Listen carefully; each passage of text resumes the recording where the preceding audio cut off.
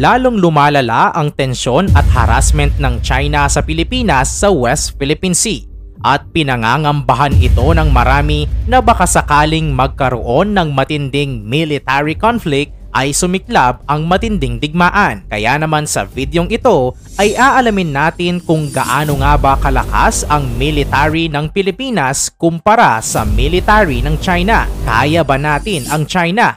At ano-anong matinding armas pandigma mayroon ang ating bansa? Yan ang ating aalamin.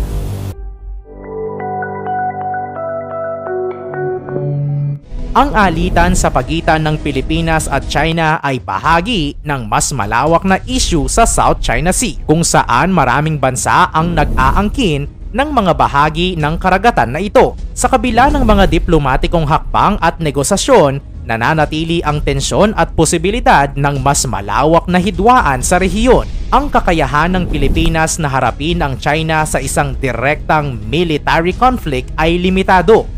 Narito ang ilang pangunahing dahilan kung bakit mahirap para sa Pilipinas na pantayan ang kapangyarihan ng China. Number 1. Military capabilities. Ang China ay isa sa may pinakamalaking militar sa mundo na may advanced technology, malaking bilang ng mga sundalo, modernong armas at malawak na Navy at Air Force. May kakayahan din ang China na gumawa at mag-deploy ng mga missile, submarines, aircraft carriers at iba pang sophisticated weaponry. Samantalang ang Pilipinas, bagaman patuloy na pinapalakas ang military sa pamamagitan ng modernisasyon at pagkuha ng mga bagong armas mula sa ibang bansa, ang mga resources ay limitado. Ang sandatahang lakas ay mas maliit, may mas kaunting advanced technology at mas kakaunti ang high-end military equipment kung ikukumpara sa China. Number 2.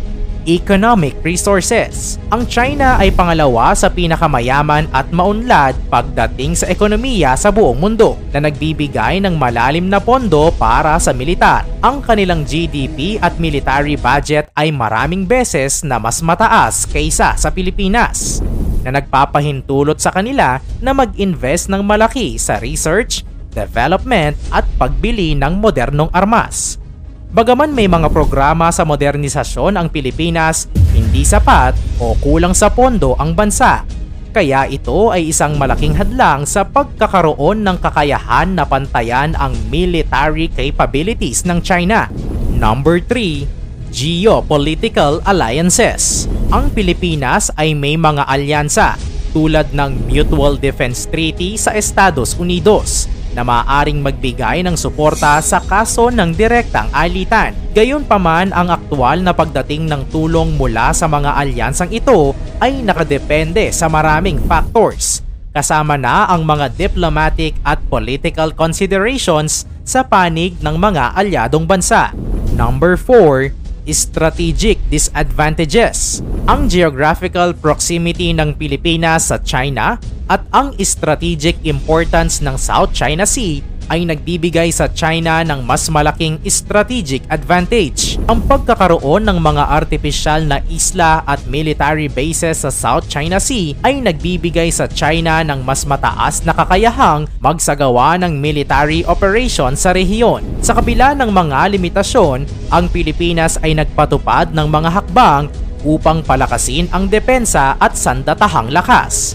Ito ay sa pamamagitan ng pagbili at pagtanggap ng mga bagong armas mula sa iba't ibang bansa.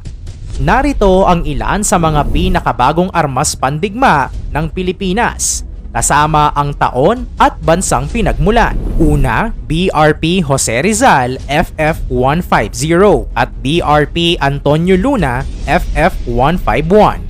Ito ay mga bagong frigates na binili mula sa South Korea at naihatid noong 2020 at 2021. Ang mga barkong ito ay bahagi ng modernisasyon ng Philippine Navy at may kakayahang magsagawa ng iba't ibang misyon tulad ng maritime patrol, anti-submarine warfare at anti-air warfare.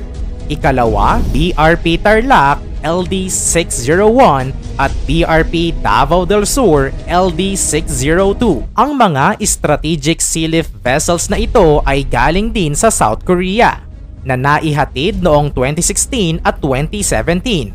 Ginamit ang mga ito sa amphibious operations at humanitarian assistance at disaster relief. Ikatlo, multi-role response vessels. Ang Pilipinas ay tumanggap ng 10 MRRVs mula sa Japan sa ilalim ng isang Official Development Assistance Program na natapos noong 2018. Ang mga vessels na ito ay pangunahing ginagamit ng Philippine Coast Guard para sa maritime patrol at search and rescue operations. Ika-4, Polaris MRAP o Mine Resistant Ambush Protected Vehicles. Noong 2022, tumanggap ang Armed Forces of the Philippines ng mga Polaris MRAP mula sa Estados Unidos bilang bahagi ng kanilang counter-terrorism at internal security operations. Ang mga sasakyan na ito ay idinisenyo upang magbigay ng proteksyon laban sa mga landmines at IEDs o improvised explosive devices.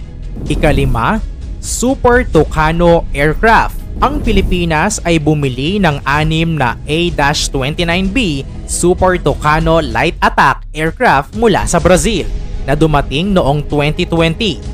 Ang mga eroplanong ito ay ginagamit para sa close air support, aerial reconnaissance at counter-insurgency operations.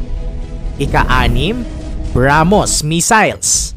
Ang BrahMos Supersonic Cruise Missiles na nakuha mula sa India ay isa sa pinakamalakas na armas ng Pilipinas. May kakayahan itong umabot sa bilis na Mach 3 at may saklaw na hanggang 200 kilometers na maaaring palawigin hanggang 500 kilometers. Ang mga missile na ito ay maaaring gamitin laban sa mga barko at mga target sa lupa na nagbibigay sa Pilipinas ng mas mataas na kakayahang depensahan ang kanilang mga baybayin at exclusive economic zone. Ika-7, HIMARS. Ang High Mobility Artillery Rocket System o HIMARS mula sa Estados Unidos ay nagbibigay ng tumpak at malayuang firepower. Ito ay isang mobile rocket artillery system na maaaring maglunsad ng iba't ibang uri ng rockets at missiles na kayang umabot ng hanggang 300 kilometers. Ang HIMARS ay makakatulong sa pagpapalakas ng kapasidad ng Pilipinas sa pagresponde sa mga banta mula sa malalayong distansya. Ikaw, anong masasabi mo sa patuloy na harassment na ginagawa ng China sa ating bansa? Bakit ang lakas ng kanilang loob sa pag-angkin sa mga teritoryo natin? I-komento mo naman ito sa ibaba. Paki-like ang ating video. I-share mo na rin sa iba. Salamat at God bless!